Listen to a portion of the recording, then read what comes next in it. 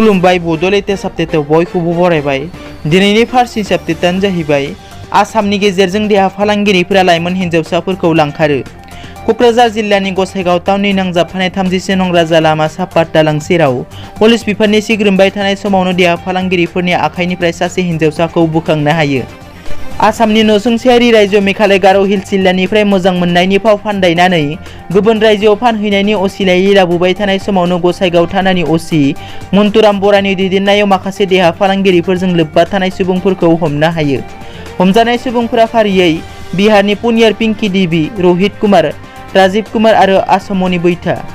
रिपर्टनि बादिब्ला पुनियानिफ्राय फेसबुकनि जोहै सिनायज्लायना राभा हारिनि हिन्जावसाखौ थगायनानै बिहार फारसे लांबाय थादोंमोन।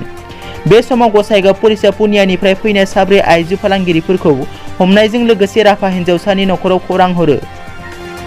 नैथियाव दङ तामुलपुर सिकनिबारियाव तामुलपुर पुलिसआ अपारेशन खालामनानै मानै केक' जिबौ बोखांनायजों लोगोसे साबा सुबुंखौ हमदों। तामुलपुर महकुमानि सिकनिबारियाव तामुलपुर पुलिसआ अपारेशन खालामनानै मानै केक' जिबौ बोखांदों। बे अपारेशनाव साबा सुबुंखौ पुलिसआ हमदों। पुलिसजों हमजानाय सुबुंफोरखौ सिलचरनि जानजाबारिनि मुस्ताक आली, ढेकियाजुलिनि कृष्ण देबनाथ, सप्पन दास, सिकनिबारिनि जयनाल आली आरो कामरुप जिल्लानि रुपम देबनाथ होननानै सिनायना मोननाय जादों।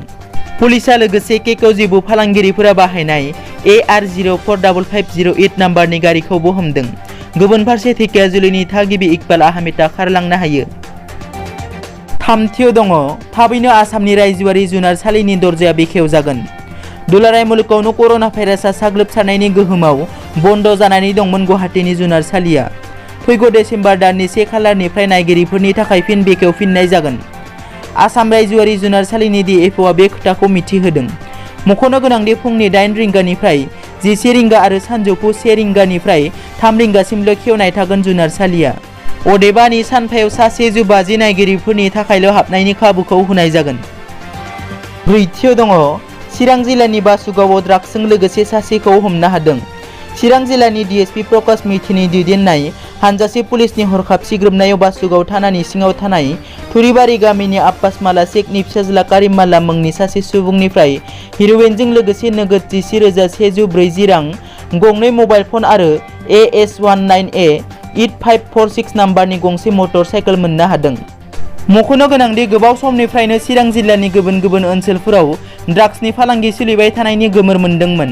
बेखौ संदाननायनि असिला लानानै चिरां जिल्लानि DSP बिथाङा सिग्रोमनाय जादोंमोन होननानै मिथिहोनायजों लोगोसे उननि समावबो बेबायदि आयेननि बेरेखा खामानिनि हेंथायै गोख्रोङै सिग्रोमनाय जागोन होननानै बुंथियो।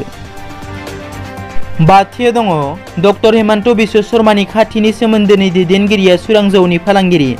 सावस्रि मन्थ्रि डक्टर हेमन्त बिश्व शर्मानि खाथि सोमोन्दो थानाय BJPनि दैदेनगिरिया सुराङै जौनि फालांगि खालामदों। मरियानिसिम लांबाय थानाय समावनो आबकारि बिफाननि सिग्रोमनायाव हमनो मोन्दों गोबां बिबांनि सुरां जौ। हिमालयान डिस्टिलारि मुंनि गांसे जौ फेक्टरिनि मुङाव डुप्लिकेट रसिद बाहायनानै सुराङै जौनि गिदिर फालांगि खालामबाय थादोंमोन। हिमालयान जौनि फेक्टरिया गोबाव समनिफ्रायनो सुराङै खामानि मावबोबाय थादोंमोन आरो बेनि थाखायनो बे फेक्टरिखौ बन्द खालामनानै दोनदोंमोन आबकारि बिफाना।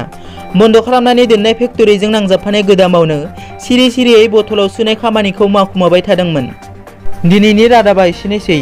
नोंथांमोना जुदि आंनि चेनेलखौ दासिमबो साबस्क्राइब खालामाखै, अन्नानै साबस्क्राइब खालाम। गोजोन्थों।